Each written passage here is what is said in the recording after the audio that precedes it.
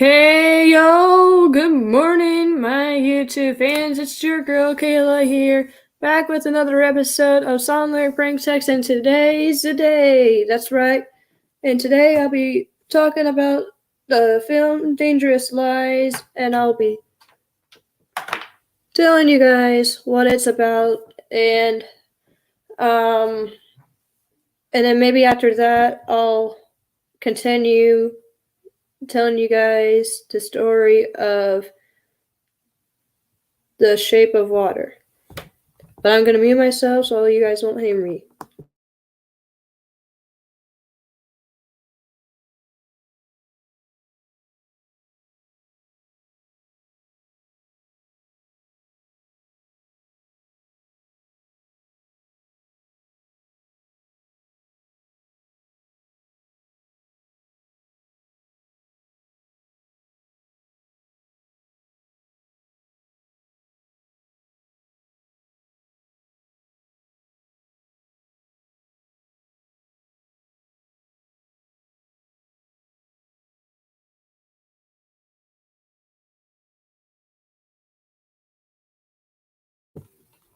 So I'm gonna look up the movie Dangerous Lies real fast since I can't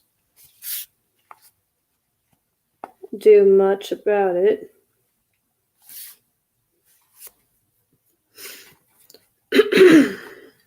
And this movie's really good. Dangerous Lies is a 2020 American thriller film directed by Michael Scott from a screenplay by David Golden. It stars Camila Mendez, who plays as Katie, Jesse T. Usher, Jamie Kong, Cam, I'm going to skip it, Sasha Alexander, and Elegant Gould. It was released on April 30th, 2020 by Netflix.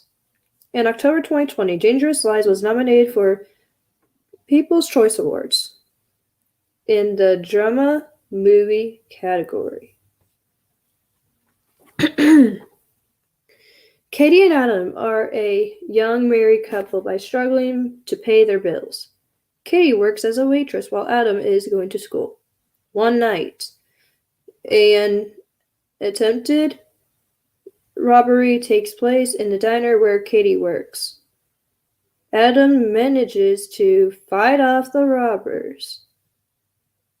Katie finds another job as a caregiver for Leonard, an elderly, wealthy man who grows close to her. After she tells him about her financial struggles, Leonard insists on helping her out with money, but Katie asks him to give Adam a job instead as his gardener, which he does. Excuse me. One day, a real estate agent, Hayden, appears and expresses interest in buying the house. When Katie tells him it's not for sale, Hayden starts to watch them closely. Soon after Leonard, Katie writes a $7,000 check. Katie does not want to accept it, but Adam convinces her to use the check to pay the bills that are due to and pay back Leonard the rest. Let's see. The next day, they arrive at Leonard's home to find him dead, leaving Katie devastated. Wonder what's gonna happen. Let's see. The couple finds a large amount of cash in a trunk and, after a small dispute, agrees to keep it without notifying the police. At Leonard's funeral, they learn from his lawyer, Julia, that Leonard left Katie his estate and all his possessions. Katie and Adam moved into Leonard's house, but soon they are pursued by the highly motivated Hayden, who threatens Katie. Not good. At the same time, Detective Chesler becomes suspicious of Adam. Oh my. And starts to investigate Lanyard's death and the robbery at the diner. After talking to the detective, Katie becomes suspicious of Adam. Katie, wanting to confront him, looks for him at the house. She searches the entire property and ends up finding a secret room in a shed. She then finds Ethan Lanyard's previous gardener long dead of a gunshot with a bag of diamonds. One with a bag of diamonds. Katie and Adam realize that Ethan was Hayden's partner in crime, and Hayden killed him to get his share of the diamonds. Ethan, and mortally wounded, had to fled Lanyard's house, where he died. Hayden knows the diamonds are hidden somewhere in the house and is eager to find them. They decide to flee together while Adam is getting ready. Hayden shows up and holds Katie at the gunpoint and asks him for diamonds. Hayden and Adam exchange fire, and both are killed. Julia arrives, and Katie tells her that Hayden was the one who killed Lanyard with an overdose of his medication. Julia reaches for Hayden's gun and holds Katie at gunpoint, revealing that she is part of the plot. She demands the diamonds, but Katie tells her Adam hid them somewhere and she doesn't know where. Detective Chesler arrives in time and shoots Julia dead. 4 months later, Detective Chesler talks to a pregnant Katie about how they searched for the diamonds in the house but never found them. In the last shot, Katie turns the sprinklers on and leaves the garden. The water moves the soil aside and the diamonds are shown to be buried under a tree, which the viewers assume Katie knows about. So that's what the movie's about, and let's continue The Shape of Water.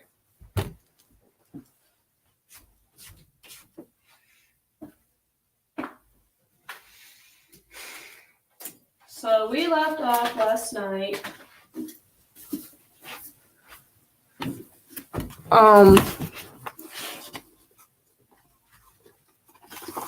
And let's see if I could remember where I left off at. So, here we go. Strickland knows firsthand Hoyt's theories on motivation. Think of Lanny. Better yet, given what he might have to do, don't think of her. The pilot's reuse profanities are justified. Landing is a terror. The runaway is hacked from the poor jungle. Strickland staggers from the plane to find the heat is visible. A floating bruise. A Colombian in a Brooklyn Dodgers t-shirt and Hawaiian shorts waves him toward a pickup. A little girl in the truck bed throws a banana at Strickland's head, but he's too nauseated from the flight to react. The Colombian drives him to town, 3 square blocks, a clacking, wood-wheeled, fruit carts and shoeless, hoteled children. Strickland wanders the shops and purchases on instinct.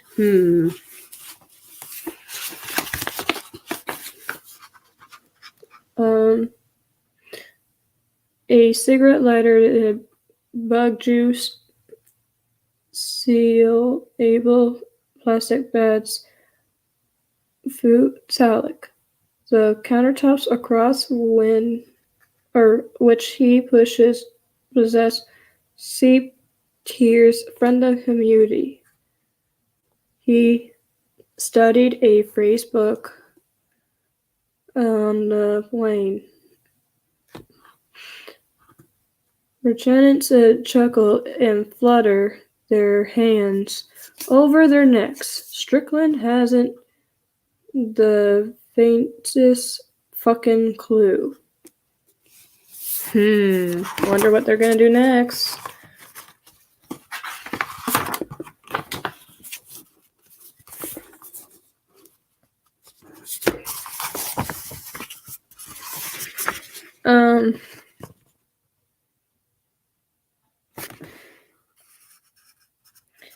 These people smell sharp and steely, and like freshly slaughtered livestock. He walks away on a blacktop road that is melting beneath his shoes and sees a spiny rat refreshing in the black muck. It is dying, and slowly.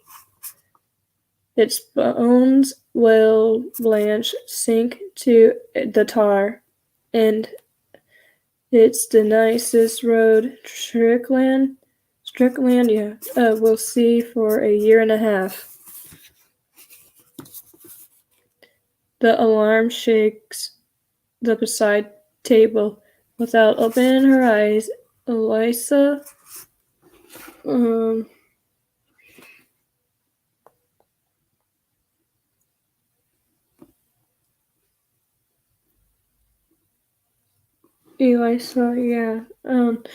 feels for the clock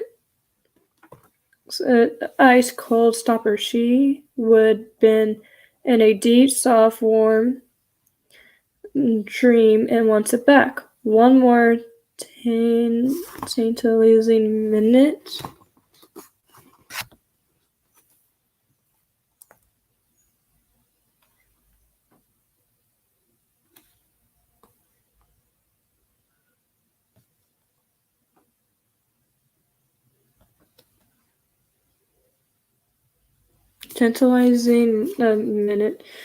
But she dreamed endless, wakeful pursuit. It always does. There was water, dark water, that much she remembers. Tons of it pressing at her. Only she didn't drown. She breathed inside it better. In fact, than she does here. In walking life, in drafty rooms and cheap food and sputtering electricity. Chobus blares from downstairs and a woman screams. Eliza sighs into her pillow. It's Friday and a new movie has opened at the arcade cinema. The around-the-clock theater directly below, and that means new dialogue, sound effects, and music cues she will need to interrogate into her wake-up rituals if she wishes the ward was off to continue. Heart-stopping frights. Now it's trumpets. Now it's masses of men hollering.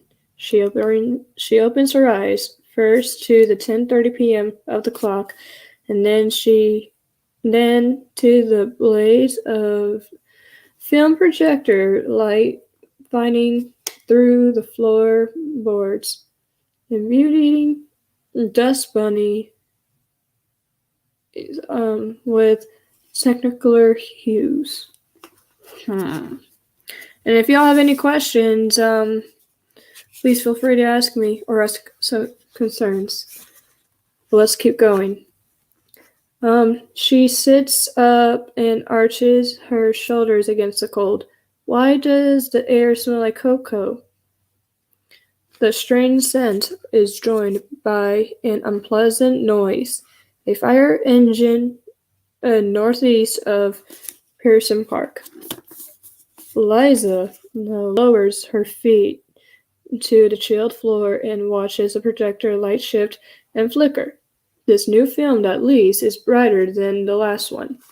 A black and white picture called Carnival of Souls. And the rich colors pouring across her feet allow her to slide back into dreamy make-believe.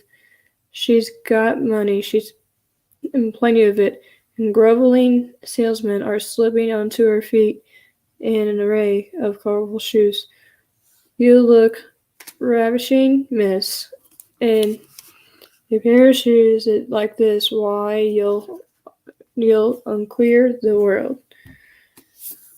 Instead, the world has conquered her.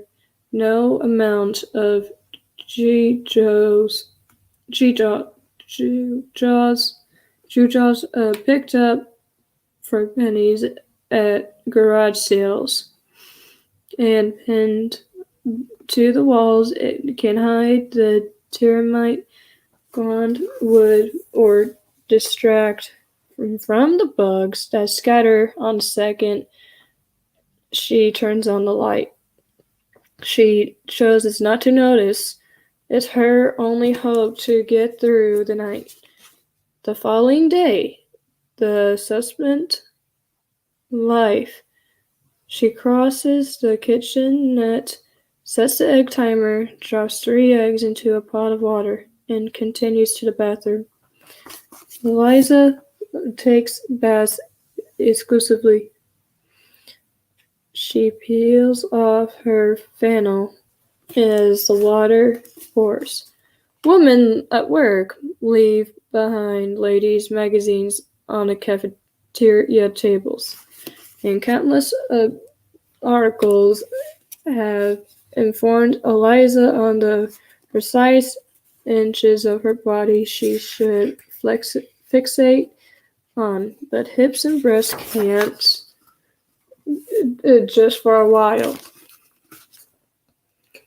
The looming shadow of General Hoyt, what it might mean for Strickland's future if he fails to properly motivate for the duration, that means the time of the scotch, the heat of his innards equalizes with that of the jungle. Yerkowitz is a man who has spent too much time blowing smoke rings. They are perfect. Smoke, drink, enjoy. It is all you will know of luxury for how much time. It is good you came no later, Mr. Strickland. Josephina is impatient to report. Like Amazon Mania, it waits for no man. Strickland doesn't like the application. He sets down his glass and stares. Wonder why he's staring. Oh, BTW, this stream will probably be about 25 minutes, so when it gets to that time, just let me know.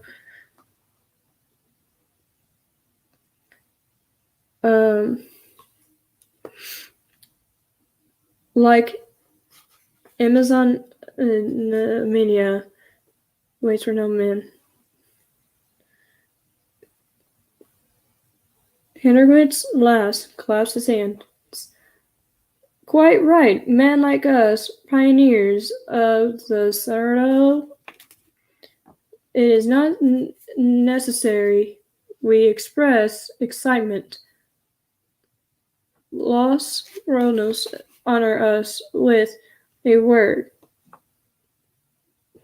It has a fine sound. C, yes. It stirs the blood. Yerkowitz recounts the duel in detail as his trip to an outpost of the Studio D. He claims that he has handled with his own two limestone fossils is said to resemble descriptions of D's. Scientists date the fossils to the Devonian period, which did you know, Mr. Strickland, is a part of the Paleozoic era. This unique comes in tones is what attracts men like them to Arizona, where primitive life yet thrives, where man might page back to the calendar and touch the untouchable. Strickland holds his question for an hour. Did you get the charter? Herkowitz stubs his cigar and frowns out to the porthole. There he finds something to grin and gestures imperiously. You see the face tattoos, the nose dozzles? These are not Indians like your Tono. These are Indian bravos. Every kilometer of the Amazon from the Nagayo, I'm going to say like that, Renko to Zingu. They know in their blood from 4 different tribes they come, and I have secured them as guides. It is impossible. Mr. Strickland, for our expectation to become lost. Strickland's repeat. Did you get the charter?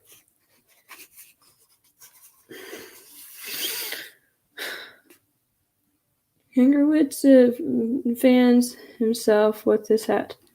Your Americans mailed me myographs. Very well. Our spectator certificate, I don't know.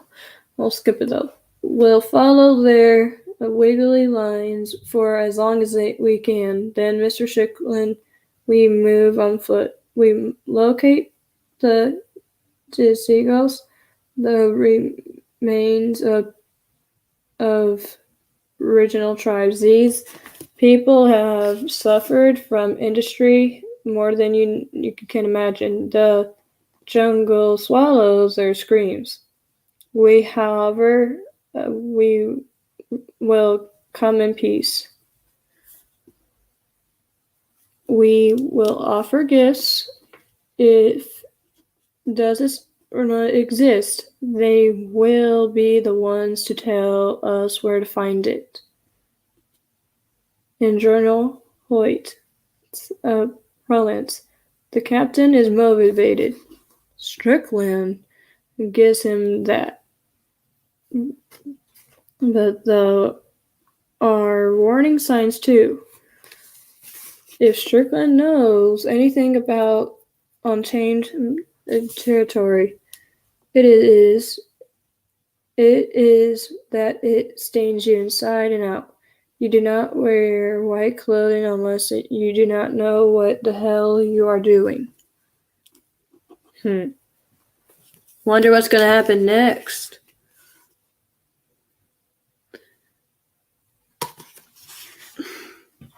So we're going to find out what Hoyt will do next, and I think that's time for all.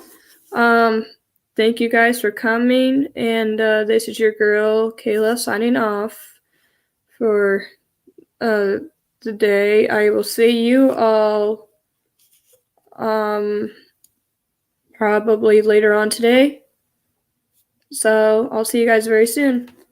Okay, this is Kayla signing off for today. Peace out, everybody. Bye.